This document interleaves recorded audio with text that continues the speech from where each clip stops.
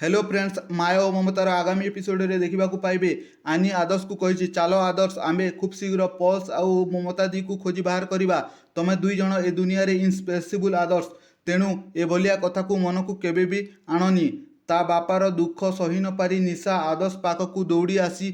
ओ कही आदर्श आदर्श प्लीज माँ को जेमिति हेले खोजी बाहर कर